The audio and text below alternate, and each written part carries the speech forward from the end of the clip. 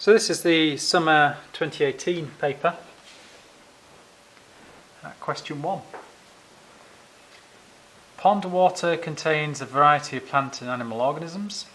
A light microscope can be used to produce a photomicrograph, so just a picture from a light microscope, of which they've done a pretty rubbish one there.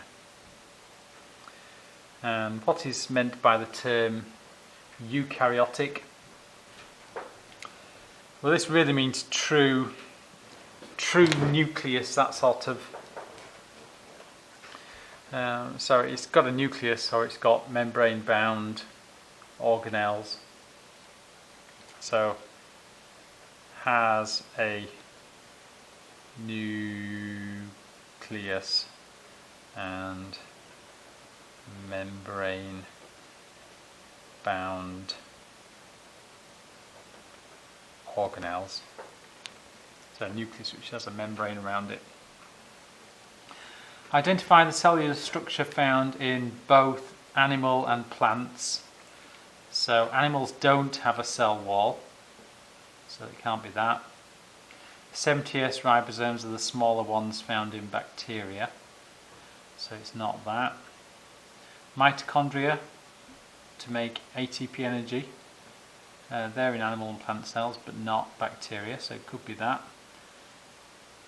Tonoplast, that's the membrane around a vacuole, a large permanent vacuole in plant cells, so not in animal cells. So our only answer is this one, mitochondria, C. A eukaryotic cell has an actual diameter of 25 micrometers. The observed diameter is 1.5 centimeters, calculating magnification. So we can do our classic equation, m equals I over A. The actual diameter there, so that's A. And the observed diameter, that's the image. And these are both in different units, so we need them in the same units. What's easiest to convert? Well, it's usually easiest to convert a big one into a small one. So 1.5 centimeters, that's a horrible unit, centimeters. So that equals how many millimeters? So 1.5 centimeters is 15 millimeters. So 15 millimeters.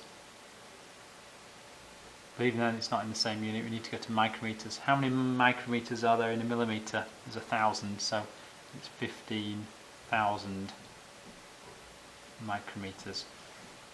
And then just put the numbers into the equation.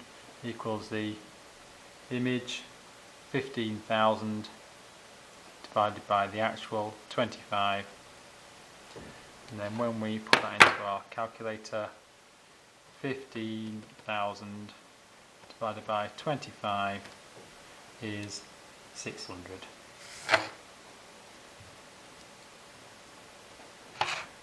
And that's question 1. Question 2.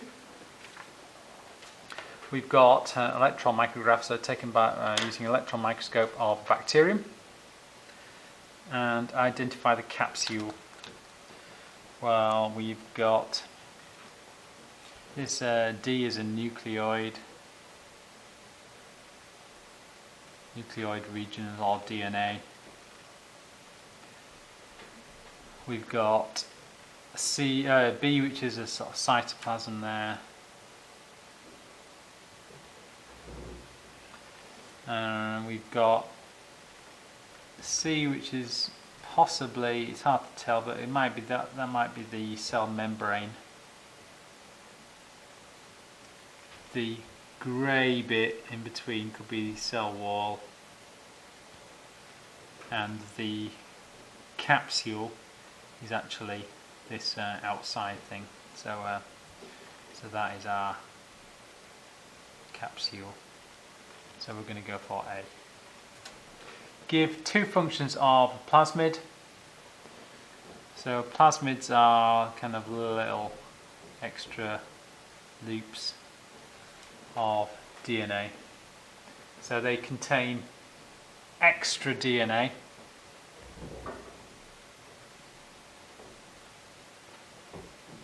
So we've got our main DNA here, but these are extra loops of DNA. And these have got genes or extra characteristics, and these can be transferred to other bacteria, like things about antibiotic resistance. So could contain genes for antibiotic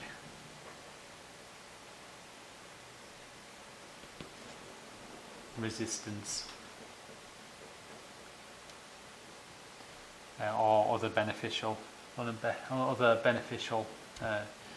genes which can be transferred.